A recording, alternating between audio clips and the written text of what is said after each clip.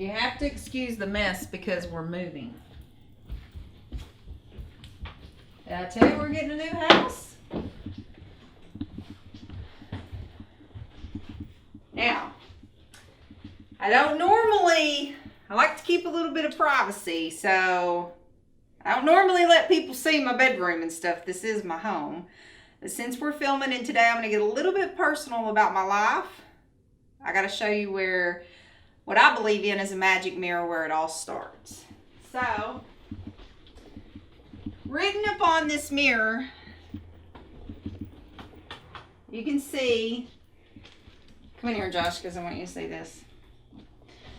Right here, in around about January of 2014, I wrote on this mirror, "Be beautiful being you." Can you see that? 1 million copies in print. The book to be edited, cover complete, and in print by October 25th, 2014. So, you can tell. Radio interviews and magazine articles and just all the things that I need in my life. Everything from my children to action control, mouth control. When I get ready in the morning, this is where I come and brush my teeth and put on my makeup. And so this is like my prayer. And aside from other personal things, business is always written up on the mirror. And so anyway, I wanted you to see that because it's living proof. It took about a year, but we made that deadline October 25th. So let's go back downstairs, Josh, and yeah, I guess we'll talk about. Can I turn out all the lights?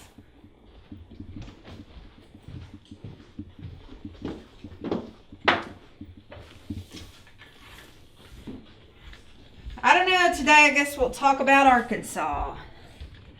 So Josh and I decided that we were going to go back to Arkansas and kick off this book, Be Beautiful Being You, because I believe in a full circle.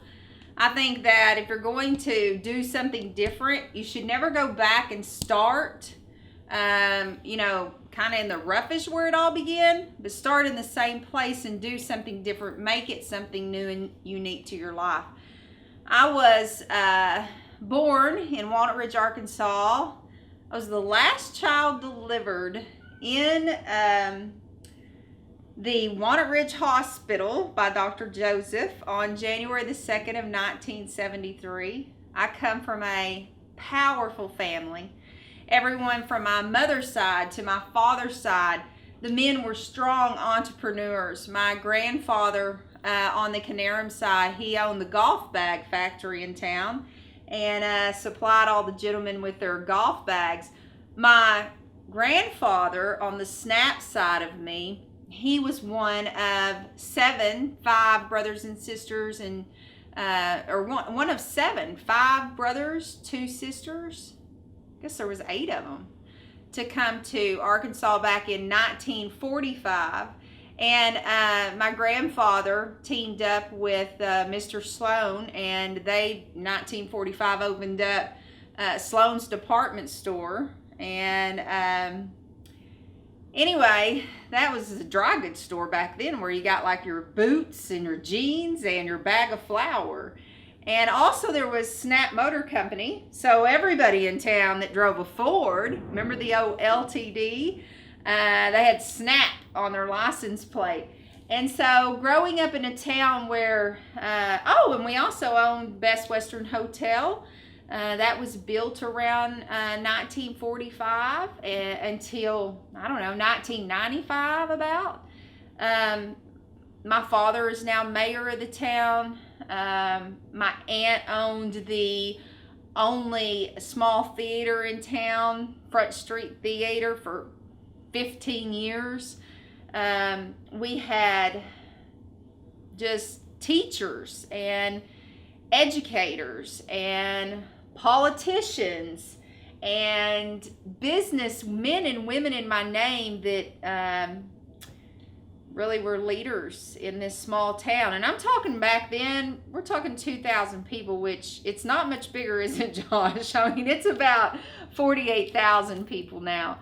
So I said, you know what? We're going to launch this book. We're going to go back to Arkansas. So Josh and I took off and we flew in to Arkansas, and we arrived on November the 3rd of 2014.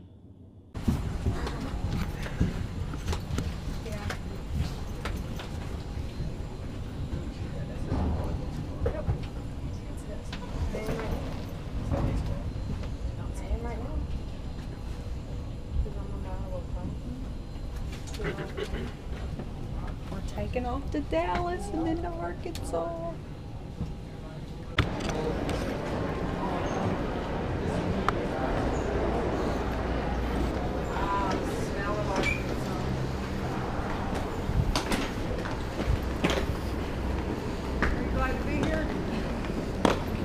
I don't know yet. I don't know yet.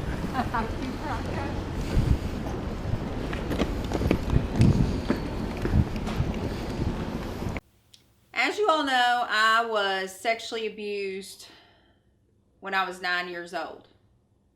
I was exposed to sex by a 17-year-old boy. And I guess when you're 9 years old, and back then we didn't talk about sex, you don't really know what's been done to you. You're just kind of ashamed. You know something wrong has been done to you. And you come from this long line of success.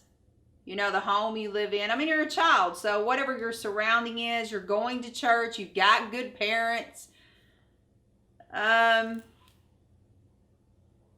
You suppress it. You don't know what to do with the information. It's so out of sync with what you've been taught. And not about sex, because we did not talk about sex. Let me make that really clear. Back then, you did not talk about sex. So, but you did talk about morals and values, and you did talk about saying thank you and you're welcome. And a man held a door open for a woman. You did not call a boy on the phone. Even if he called you, you could not return his phone call. But at 9, you were just a kid playing. You ran around with your cousins. We all had potluck after church together. It was a wonderful life. Everybody in town knew each other.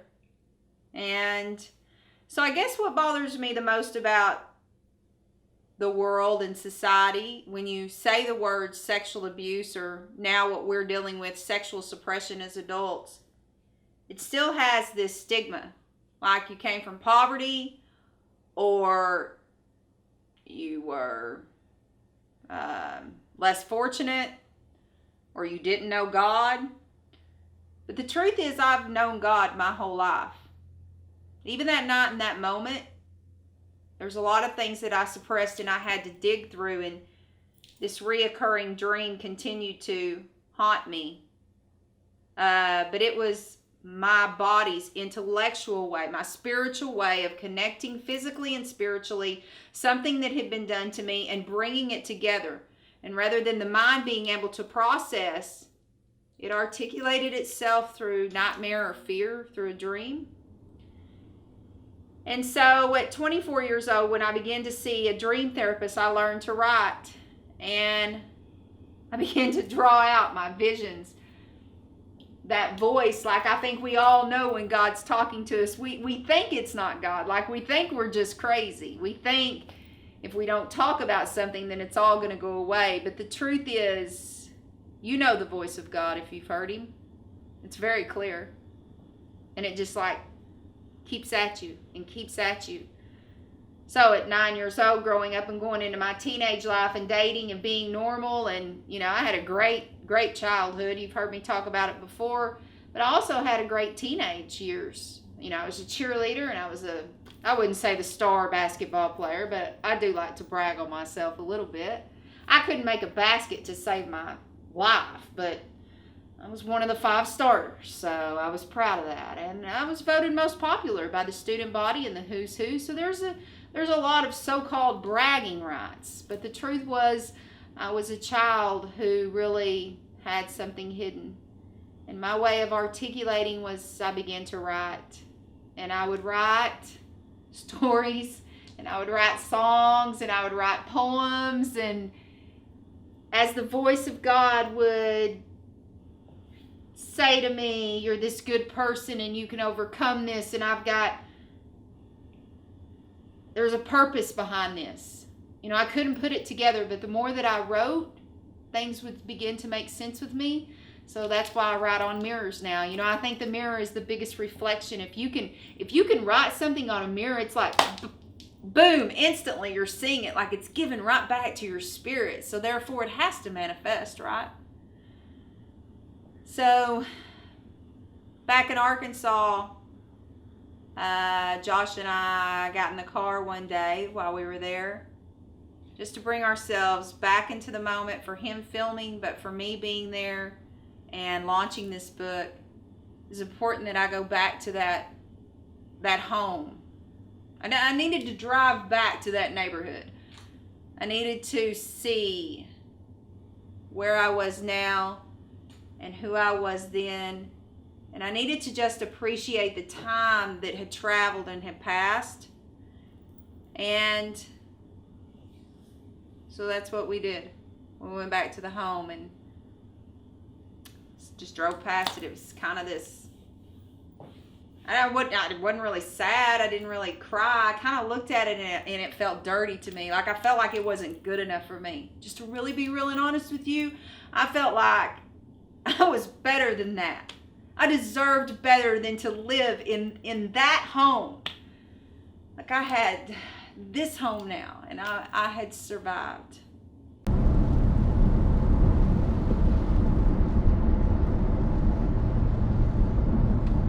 I was about,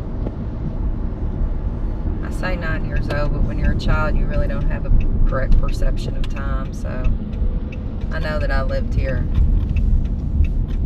somewhere between 1st and 3rd grade. I was 8 or 9 years old.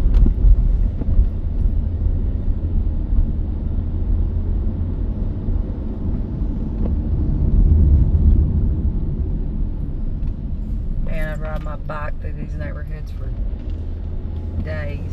As long as you were home before the street light came on, you were in good shape. Had the nicest house in the whole neighborhood. Swimming pool.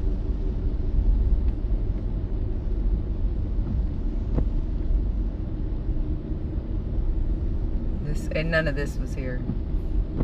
This is it right here. That's still a pretty big house, isn't it? Yeah. Huh.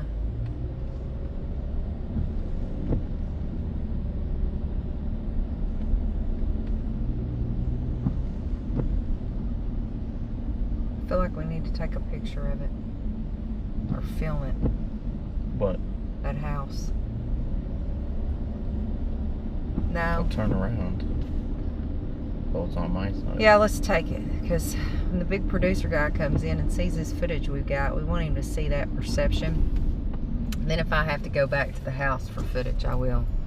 But I don't want to release it. We'll just keep it in file, because I don't want to release it right now, because these people in this small town, sometimes, you know, negativity breeds hate. And I think, watch it, dog. You better watch it. You can bark, but I'm in a car. Seriously?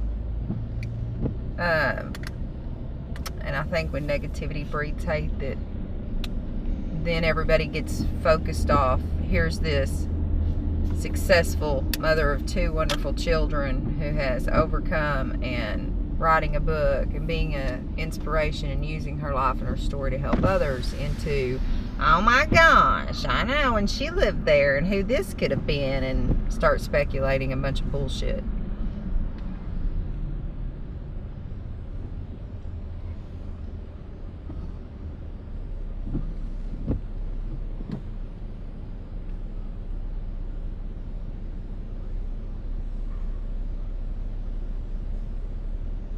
Not a bad house. I mean, what do you think those people would do if we pulled up and said, "Hi, can we film inside your house?" I think they would say no. I go, who the heck are you?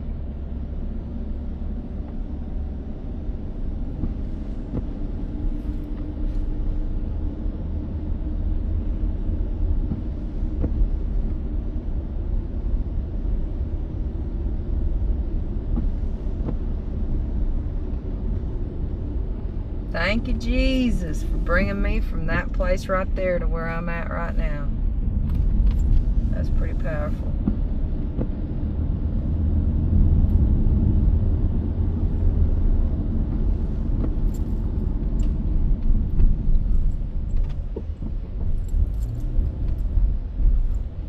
Life is nothing but time and space. Just like a clock, it ticks.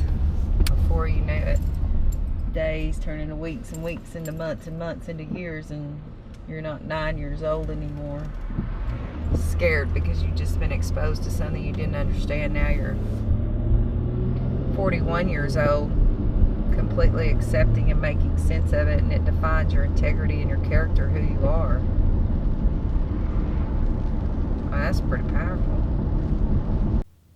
I'm so grateful for my mom and dad. So after our trip to Arkansas, we got a lot of footage. So this is really, even though this is our second season and we're about 3 or 4 episodes in, when it comes to talking about my hometown Arkansas, we've actually got about 3 episodes to show to you.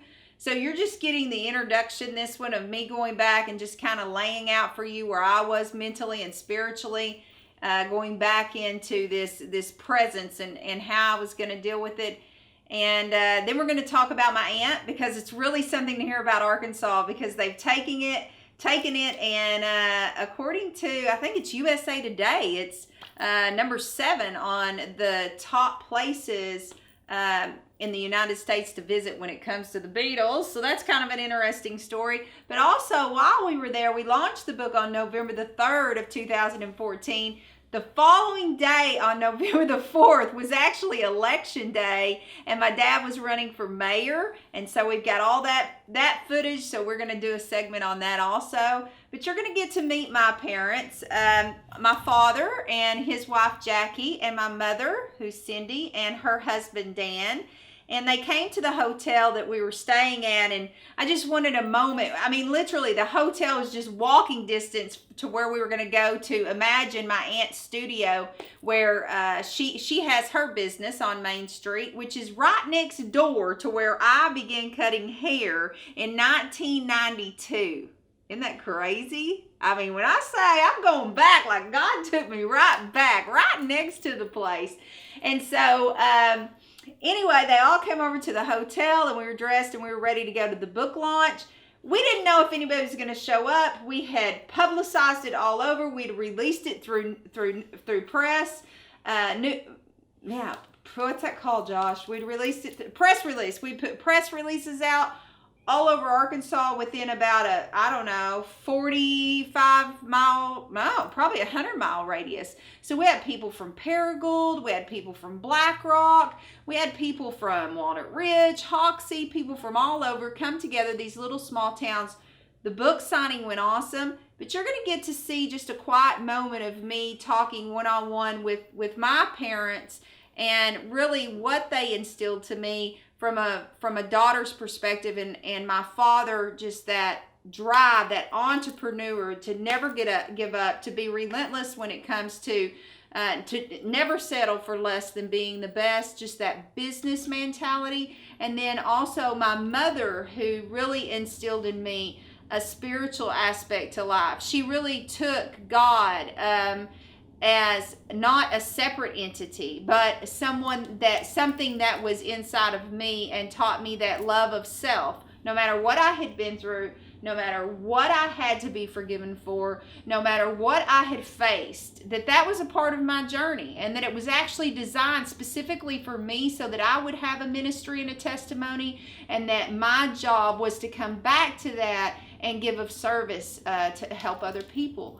And so you get to see that. Then we're going to walk over to the book signing over at my aunt's studio called Imagine, and we had a huge turnout. I'm so grateful for everybody in Walnut Ridge, Arkansas, my family. Wow. Oh, and we had events photographer with us, Nikki Davis, who married my cousin. He was running for, what was Blaine running? Congress. Right? Isn't that right, Josh? Yeah, Blaine was running for Congress, and just neck and neck, we thought he was going to win that night too.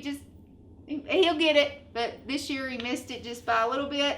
And so there was a lot going on, but you're going to get to see a lot of the people from Walnut Ridge all come out and support the book.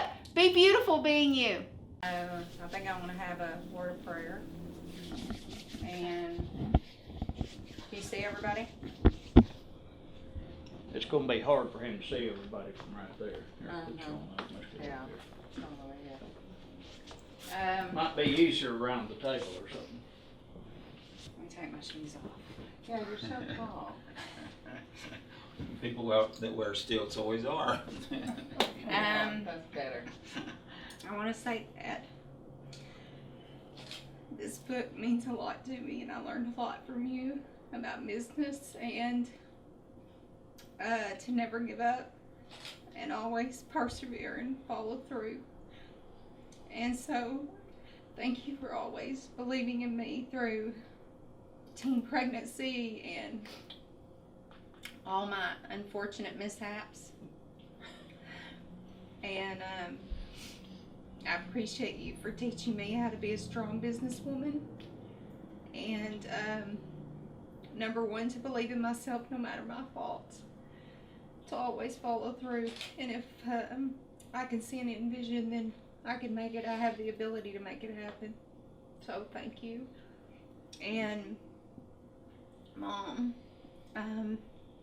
even though I was raised in a strict Christian home and we had to go to church every time the doors opened, the one thing that you taught me was that God was not a separate entity from myself, that when I could truly accept myself for who I was, then I had really found out what He was and know Him. And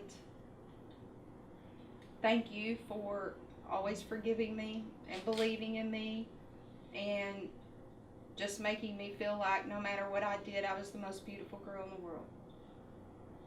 And Jackie and Dan, this is an odd coupling, you know. Like I've always known them to be separate, but with both of you, it makes us a family, makes us whole and complete. So, thank you, Dad. Proud of you. Love you.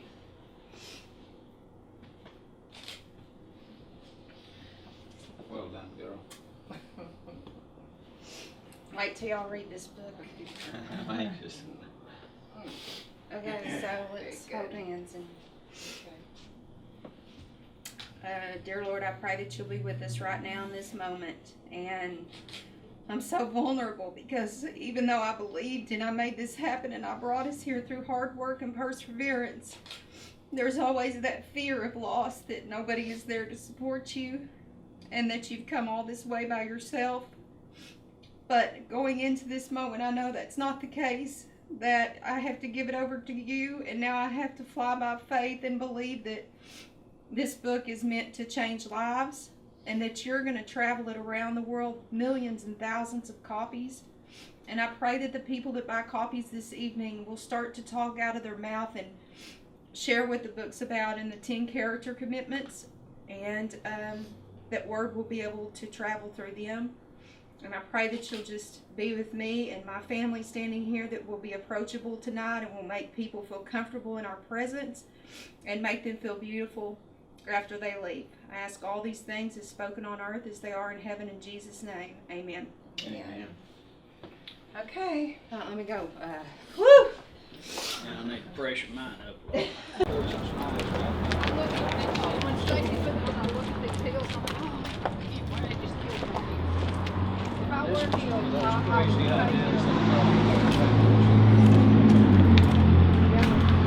But we need to walk through the snake. Loretta Melton is reworking the theater up here now. She just started last week. She's owned it for 25 or 30 years.